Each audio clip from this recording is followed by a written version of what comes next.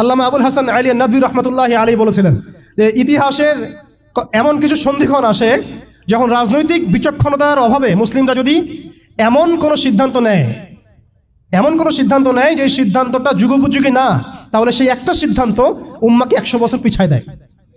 আপনারা পড়ে দেখেন ওই বইটা, মুসলিমদের পতনে বিশ্ব কি হারালো, বইটা পড়ে দেখেন। ঠিক আমরা দেখুন, আমরা মনে করেছি আমরা একটা ইসলামিক রাষ্ট্র, আমরা একটা রাষ্ট্রে আছি, এই রাষ্ট্রের হিন্দু গভর্নমেন্ট, কোনো সমস্যার কিছু নাই, তারা আমাদেরকে মসজিদ দিয়েছে, মাদ্রাসা দিয়েছে, সবকিছু ঠিকঠাক চলছে।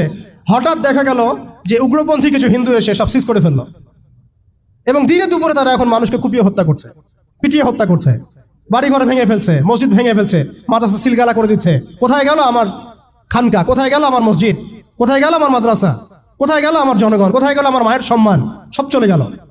কিসের অভাবে? রাজনৈতিক ক্ষমতার অভাবে। অর্থাৎ রাজনৈতিক দৃষ্টি এবং দর্শন বিবর্জিত কোনো দাওয়াত কখনো চূড়ান্ত সাফল্য আনতে পারবে না।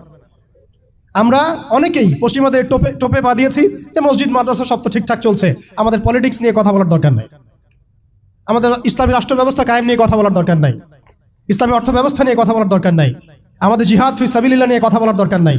আমরা নিজেরাই আমাদেরকে এই ধ্বংসের মুখে ঠেলে দিয়েছি। এরপরে আরো সমস্যা, তারা আমাদের ইয়াংদেরকে টার্গেট করেছিল। দেখেন ইয়াংদেরকে টার্গেট করে কত মেহনত তারা করেছে। মেয়েদেরকে ফ্রি অ্যাক্সেস দিয়ে দিয়েছে, ফ্রি মিক্সিং, বাচ্চা থেকে শুরু করে একদম চাকরি লেভেল পর্যন্ত জেনা করাচ্ছে ফ্রি, পর্নোগ্রাফি ফ্রি, আপনার চরিত্র হনন করার যা যা এলিমেন্টস আছে সব তো ফ্রি, সব ফ্রি। আর মেয়েদেরকে বেপর্দা করে বাইরে নিয়ে আসছে, বাচ্চাদেরকে ছোটবেলা থেকে মাথা নষ্ট করার যা যা এলিমেন্ট সব দিয়ে দিচ্ছে, খাবারে ভেজাল মেশাচ্ছে, আমাদের ভাইদেরকে বিয়ে কঠিন করে ফেলছে, জেনা সহজ করে ফেলছে। কি করে নাই তারা? শিক্ষা ব্যবস্থা থেকে ইসলামকে উঠে দিচ্ছে।